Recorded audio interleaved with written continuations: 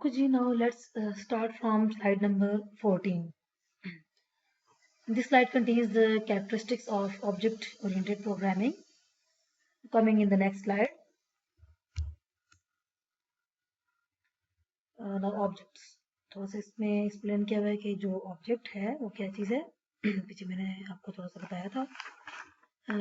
Objects are actually the basic building blocks for designing the programs in any object-oriented programming. जो basic चीज़ है इसमें सिर्फ main जो है वो ऑब्जेक्ट है, उसके बगैर आप ऑब्जेक्ट ओरिएंटेड प्रोग्रामिंग के अंदर प्रोग्रामिंग नहीं कर सकते. इसकी डेफिनेशन क्या है? Object is a collection of data members and associated member functions.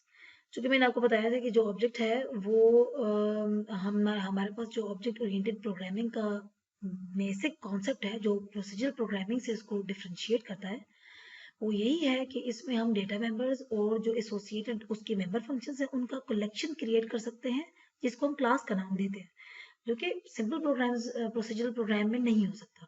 लेकिन उस कलेक्शन को यूज करने और एक्सेस करने के लिए हमें कुछ चाहिए और वो है ऑब्जेक्ट. सो ऑब्जेक्ट उस क्लास का एक इंस्टेंस होता है जिसके जरिए हम जाके इसको यूज कर सकते हैं, उसके जो डेटा है और फंक्शन है उसको यूज कर सकते हैं. ऑब्जेक्ट की हम जो रियल लाइफ है वहां से एग्जांपल भी ले सकते हैं. ऑब्जेक्ट भी रिप्रेजेंट अ पर्सन. एक पर्सन जो है वो भी ऑब्जेक्ट हो सकता है, अ प्लेस और अ table of data. Each object is identified by a unique name. जितने भी एक क्लास होगी उसकी बहुत सारे ऑब्जेक्ट्स आप क्रिएट कर सकते हैं, लेकिन हर एक ऑब्जेक्ट का फिर नेम यूनिक होना चाहिए. Each object must be a member of a particular class. अभी चूंकि मैंने पहले बताया कि ऑब्जेक्ट जो है खुद एग्जिस्ट नहीं कर सकता. सबसे पहले आप क्लास क्रिएट करेंगे जिसके अंदर डेटा और फंक्शंस को कलेक्ट करेंगे, उसके बाद उस क्लास से रिलेटेड उसका ऑब्जेक्ट क्रिएट करेंगे. सो हर एक ऑब्जेक्ट किसी न किसी क्लास के साथ उसका मेंबर होना चाहिए, उसके साथ रिलेटेड होना चाहिए. ये बिल्कुल ऐसे है जैसे कि हम कहते हैं कि हमारे पास एक इंटीजर डेटा टाइप है और हमने उस इंटीजर डेटा टाइप को से रिलेटेड एक ऑब्जेक्ट क्रिएट किया है, सॉरी एक वेरिएबल क्रिएट किया है. हमने लिखा int space x semicolon. X जो है वो एक वेरिएबल बन गया जिसकी टाइप है इंटीजर. यानी कि अब वो फ्लोट टाइप का जो कैरेक्टर टाइप का नहीं रहा, बल्कि एक स्पेसिफिक टाइप के साथ जुड़ गया, दैट इज इंटीजर. इसी तरह से हम कोई एक क्लास क्रिएट करेंगे जिससे हम उसका ऑब्जेक्ट भी क्रिएट करेंगे. तो ऑब्जेक्ट की टाइप क्या होगी? उसकी वो वाली क्लास जिसका वो मेंबर होगा. इसकी याद रखिए, हर एक ऑब्जेक्ट की जो टाइप है वो इंटीजर या कैरेक्टर या float, long integer, short integer, ये डेटा टाइप्स नहीं हो सकते, बल्कि ऑब्जेक्ट किसी एक क्लास का मेंबर होता है. फॉर एग्जाम्पल हम कह सकते हैं कि apple, orange, mango are the objects of class और नेम्ड फ्रूट. एक क्लास है जिसका नाम फ्रूट है और उसके जो ऑब्जेक्ट्स हैं वो क्या हो सकते हैं? एप्पल हो सकता है, ऑरेंज हो सकता है, मैंगो हो सकता है. यहाँ तो समझना है कि भाई इसमें इस तरह से है कि हमारे पास जो डेली लाइफ में हम वर्ड यूज करते हैं फ्रूट, लेकिन स्पेसिफिकली हम इसे स्पेसिफाई नहीं करते कि कौन सा फ्रूट, क्योंकि फ्रूट तो एप्पल को भी कहते हैं, ऑरेंज को भी कहते हैं, मैंगो को भी कहते हैं. तो इट मीन्स कि फ्रूट एक मेन क्लास है जिसमें ये सब एप्पल, ऑरेंज, मैंगो, ये सब चीजें, ये सब फ्रूट जो है वो कवर हो जाते हैं. सो ये उसके ऑब्जेक्ट्स हुए और फ्रूट जो है वो एक मेन क्लास हुई जिसमें ये सब कवर हो जाते हैं. जैसे कि इस डायग्राम में भी साथ आ रहा है कि फॉर एग्जाम्पल एक दूसरी एग्जाम्पल है, स्टूडेंट ऑब्जेक्ट है, ठीक है, और उसके या स्टूडेंट एक क्लास है, हम कह सकते हैं स्टूडेंट इज अ क्लास. और उसके साथ उस क्लास के अंदर ये पूरा एक कलेक्शन क्रिएट किया हुआ है किस चीज का? डेटा मेंबर्स का और मेंबर फंक्शंस का. अब स्टूडेंट से रिलेटेड डेटा मेंबर्स क्या आ सकते हैं? उसका नाम आ जाता है, स्टूडेंट का रोल नंबर, रजिस्ट्रेशन नंबर आ जाता है, उसका जो कोर्स है जो उसने उठाया हुआ है या सेमेस्टर आ जाता है. इसी तरह से ये सारे जो इन्फॉर्मेशन जब हमारे पास आ जाती है तो वो उस स्टूडेंट का डेटा होता है. वो इसी तरह से हमारे पास जो मेंबर फंक्शंस हैं वो ये हो सकते हैं कि भाई गेट डेटा, जिस तरह से हमने लिखा हुआ है. फंक्शन की पहचान मैंने आपको प्रीवियस सेमेस्टर में भी बताई थी कि जो सिंपल वेरिएबल नेम या डेटा है वो इसी तरह से हम लिख लेंगे जैसे कि ये कोर्स लिखा हुआ है, नेम लिखा हुआ है. लेकिन जब फंक्शन हम लिखेंगे तो उसके सामने जैसे कि गेट डेटा है तो उसके साथ पैरेंथेसिस का निशान है, इसी तरह से डिस्प्ले है तो पैरेंथेसिस से डालेंगे। तो यहाँ पर मेंबर फंक्शन है गेट डेटा कि भाई हमारे पास डेटा का कलेक्शन तो हमारे पास स्टूडेंट का अभी नहीं आया, सिर्फ हमने एट्रीब्यूट्स लिए लिखे हैं कि नेम हो सकता है स्टूडेंट का, रोल नंबर है और कोर्स है। तो एक्चुअली स्पेसिफिक स्टूडेंट है कोई जो हमारे पास आ गया है, उसका नेम है क्या, वो हमें कैसे मिलेगा, उसके लिए हमें एक गेट डेटा फंक्शन बनाना होगा, जो कि हम जब रन करेंगे तो वो आपसे नेम मांगेगा कि enter name of that student. तो हम नेम एंटर करेंगे तब जाके वो इस नेम में स्टोर हो जाएगा। इसी तरह से गेट डेटा जो है रोल नंबर मांगेगा, रोल नंबर आप एंटर करेंगे।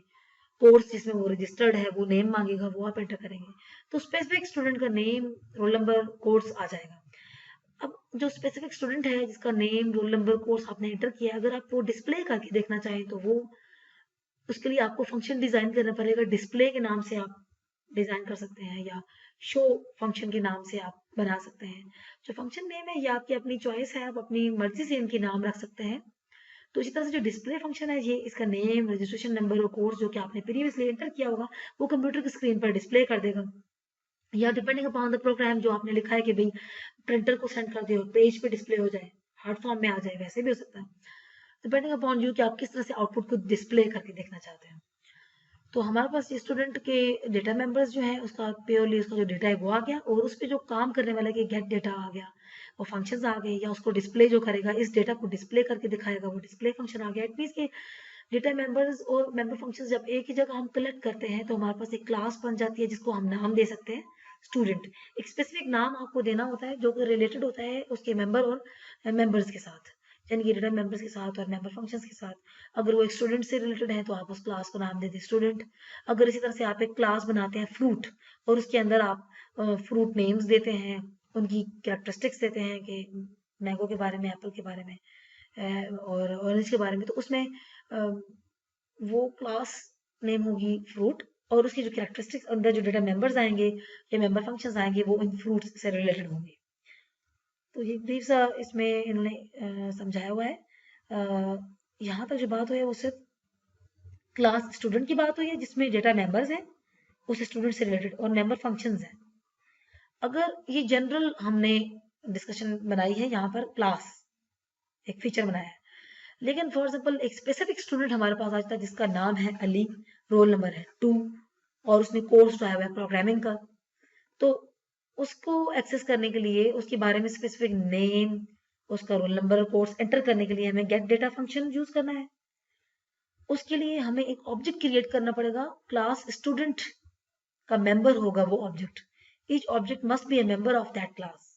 ठीक है, ऑब्जेक्ट हम कोई भी नाम रख सकते हैं किसी भी जैसे कि हम वेरिएबल नेम रखते रहे हैं कि भाई इंटीजर लिखा और आगे स्पेस दे के नाम रखा सम, तो इससे ये पता लगता है कि सम एक ऐसा वेरिएबल है जो कि हमारे पास किसी ऐसे डेटा को सेव करेगा जो 2 नंबर्स का या 3 नंबर्स का एडिशन होगा। इसी तरह से अगर हम वेरिएबल नेम रखते हैं प्रोडक्ट तो वो 2 या 3 नंबर्स का मल्टीप्लिकेशन का रिजल्ट सेव करेगा। इसी तरह से हमने ऑब्जेक्ट नेम भी मीनिंगफुल से रखना होगा। फॉर एग्जाम्पल हम ऑब्जेक्ट नेम रखते हैं student1 या std1 या s1, ये नाम हम रख सकते हैं, तो उससे ये पता लगेगा ये पहले स्टूडेंट का रिकॉर्ड इसमें सेव होगा इस ऑब्जेक्ट में।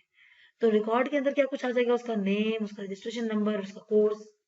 ठीक है, लेकिन सेव कैसे करेंगे, s1 के थ्रू हम कॉल करेंगे गेट डेटा को, जो कि फिर नेम, रजिस्ट्रेशन नंबर और कोर्स सेव करवाएगा आपसे, एंटर करवाएगा। अगर आप उनको डिस्प्ले करना चाहते हैं तो हम लिखेंगे S1 के जरिए हम कॉल करेंगे डिस्प्ले को, तो वो जो रिकॉर्ड आपने एंटर किया होगा नेम, रोल नंबर, कोर्स, वो डिस्प्ले कर देगा स्क्रीन पर जो प्रिंटर पर जैसे आप देखना चाहते हैं आउटपुट। अगर एक और स्टूडेंट आ जाता है जो इसी क्लास का है तो हम उसके लिए नया ऑब्जेक्ट बनाएंगे, इसी स्टूडेंट क्लास से रिलेटेड होगा, उसका मेंबर होगा, लेकिन उसका यूनिक नेम रखेंगे, दोबारा से S1 नहीं रख सकते बल्कि S2 रखेंगे या std2 रखेंगे, या स्टूडेंट 2 रख सकते हैं आप। तो फिर हमें उस नए स्टूडेंट का नाम जो है वो डिफरेंट होगा पहले स्टूडेंट से, रोल नंबर कोई और होगा, कोर्स सेम हो सकता है। तो हम कैसे कॉल करेंगे, हम लिखेंगे S2 gate data, gate data function को S2 कॉल करेगा, वो गेट डेटा उसका नए स्टूडेंट का नाम एंटर करेगा, लेट्स सपोज आपसे एंटर करवाएगा Bilal, roll number 3, course programming. फिर अगर वो एंटर हो गया और सेव हो गया क्लास के अंदर, हम उसको डिस्प्ले करके देखना चाहते हैं, तो हमारे पास अब 2 स्टूडेंट्स हैं जो कि इस स्टूडेंट क्लास में आ गए हैं, एक S1 और दूसरा S2। अब उन दोनों स्टूडेंट्स में से आप किसका रिकॉर्ड डिस्प्ले करके देखना चाहते हैं, वो डिस्प्ले फंक्शन आपके सामने डिस्प्ले करेगा डिपेंडिंग अपॉन के किसी एक स्टूडेंट का आप सेलेक्ट करें। फॉर एग्जाम्पल आप लिखते हैं s1 डॉट डिस्प्ले, यानी कि आपने डिस्प्ले फंक्शन को कॉल किया है s1 से, तो पहले स्टूडेंट का name Ali, roll number 1, course display कर देगा। लेकिन अगर आपने उसको कॉल किया s2 डॉट डिस्प्ले के नाम से, तो वो स्टूडेंट 2 का नेम बिलाल, रोल नंबर 2 और कोर्स डिस्प्ले कर देगा। तो इस तरह से थर्ड स्टूडेंट आ जाएगा s3 के नाम से, आप ऑब्जेक्ट बनाएंगे और गेट डेटा और डिस्प्ले कॉल करेंगे। तो इस तरह से कोई भी लिमिटेशन नहीं है कि 10 स्टूडेंट्स ऐड हो जाएं और उसके बाद फर्दर इस क्लास में ऐड नहीं हो सकते, ऐसी कोई लिमिटेशन नहीं है। Hundreds of thousands of objects आप क्रिएट कर सकते हैं इसी एक क्लास स्टूडेंट के। क्लासेस क्या चीजें हैं? The objects can be made user defined, बल्कि इधर इस पॉइंट पे आ जाते हैं। अ क्लास,